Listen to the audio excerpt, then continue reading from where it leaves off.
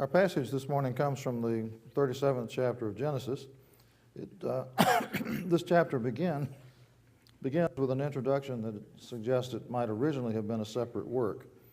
There's the line, "This is the history of the family of Jacob," or as our translation has it, "This is the account of Jacob's family line."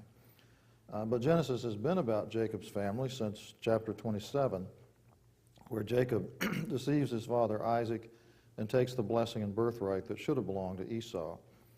We know that Jacob had 12 sons who formed the 12 tribes of Israel, and this passage reminds us that those sons came from 4 women, the sisters Leah and Rachel, the actual wives of Jacob, and Bilhah and Zilpah, the maids of his wives. These last 2 women are called wives, but they did not have the same status as Rachel or Leah. The practice of a wife giving a maid to her husband when the wife was unable to have children is the basis for Sarah giving Hagar to Abraham. Hammurabi's law code from about 1750 BC has several rules about this practice, including one that says if the maid becomes arrogant toward the wife because she has borne a son, the maid can be reduced in status in the household. And of course, Sarah went so far as to drive Hagar and her son Ishmael completely out of the family. The rivalry between Rachel and Leah was intense because they saw bearing sons as the way to win Jacob's love. When her maid Bilhah had a son, Rachel said, "With mighty wrestlings I have wrestled with my sister and have prevailed." Well, it actually was the maid who went through labor and all of that stuff.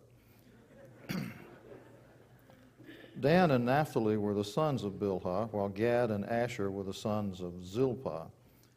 Because their mothers were maids, these boys were at the bottom of the pecking order in Jacob's somewhat dysfunctional household. Joseph, the favorite son of the favorite wife, was appointed the overseer of these 4 boys as they tended Jacob's flocks. And I'm sure the boys must have resented their inferior status and goofed off in the fields.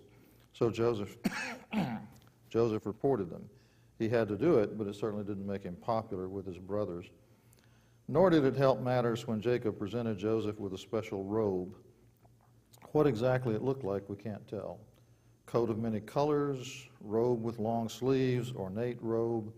The word used here is so rare that we don't have enough context to figure out what it means. It does seem to signify, though, that Joseph wasn't wearing a workman's garment, and that just increased his brothers' resentment.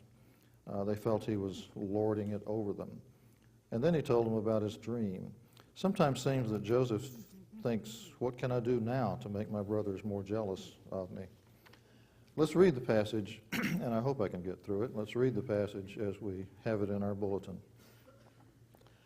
Jacob lived in the land where his father had stayed, the land of Canaan.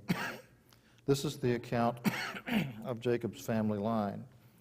Joseph, a young man of 17, was tending the flocks with his brothers, the sons of Bilhah and the sons of Zilpah, his father's wives, and he brought their father a bad report about them.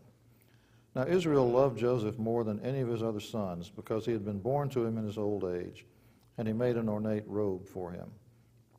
When his brothers saw that their father loved him more than any of them, they hated him and could not speak a kind word to him. Joseph had a dream, and when he told it to his brothers, they hated him all the more. He said to them, "Listen to this dream I had. We were binding sheaves of grain out in the field, when suddenly my sheaf arose and stood upright, while your sheaves gathered around mine and bowed down to it." His brothers said to him, "Do you intend to reign over us? Will you actually rule us?" And they hated him all the more because of his dream and what he had said. Then he had another dream, and he told it to his brothers. "Listen," he said, "I had another dream, and this time the sun and moon and 11 stars were bowing down to me." When he told his father as well as his brothers, his father rebuked him and said, "What is this dream you had? Will your mother and I and your brothers actually come and bow down to the ground before you?" His brothers were jealous of him, but his father kept the matter in mind. This is the word of the Lord.